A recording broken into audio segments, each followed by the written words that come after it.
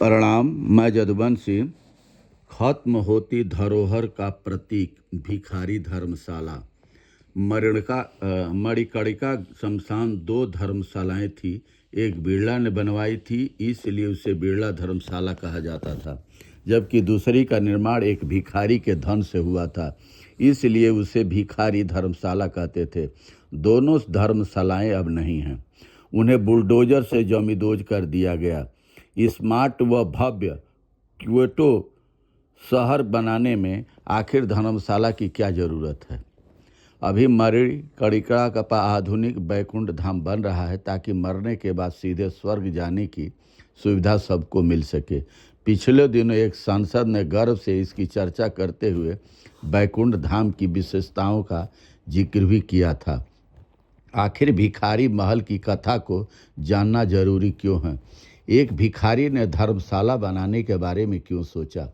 यह कथा मुझे लाहौरी टोला की ललिता गली के चर्चित व्यक्ति मुन्ना मारवाड़ी ने बताई थी।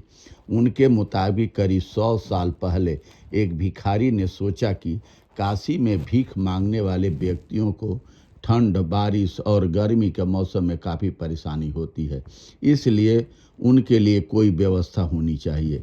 इसी उद्देश्य से भीख में मिलने वाला एक हिस्सा वह एक सेठ के मुनीब के पास जमा कर देता, पर वह इतना धन इकट्ठा नहीं कर सका जिससे धर्मशाला बन सके।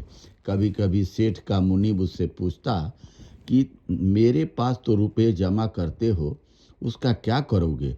वह मुस्कुराते हुए कहता, मणिकर्णिका पर धर्मशाला बनाएंगे। हालांकि 9 मन तेल हुआ, न धर्मशाला बनी, और एक दिन भिखारी का निधन हो गया। मुनीम की ईमानदारी देखिए कि उसने अपने सेठ को इसकी जानकारी दी।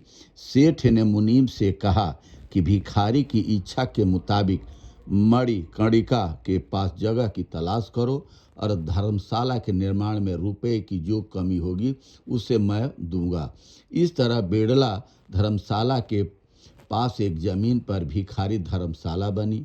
यहाँ दूसरे जनपद से दाह संस्कार के लिए आने वाले रात में विश्राम करते थे। इस धर्मशाला को 2020 में ही सौंदर्यकरण के लिए जमींदोज कर दिया गया। इस प्रसंग की चर्चा इसलिए कर रहा हूँ क्योंकि लंबे समय से काशी को क्योटो बनाने की कोशिश की जा रही है। इसी भव्यता के तरह मणिकर्णिका पर स्वर्ग यात्रा के लिए बैकुंठ धाम बन रहा है। सड़क को हाईवे बनाया जा रहा है और काशी की गलियां सड़क बन रही है। घाटों का सौंदर्यीकरण हो रहा है।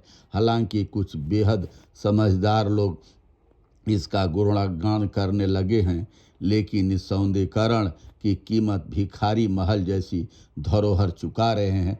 जैसे अहिल्याबाई होलकर हमारी ऐतिहासिक धरोहरें जो भी सनातन के नाम पर पूर्वजों ने हमारे बना रखे थे, उनकी यादें थी।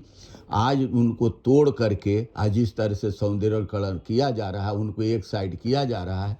क्या उन्हीं के समानांतर अलग से वो व्यवस्था उन घाटों पर अलग से नहीं की जा सकती है? आखिर पुरानी धरोहरों को तोड़ा जा रहा है। बहुत बहुत धन्यवाद। नमस्कार, प्रणाम।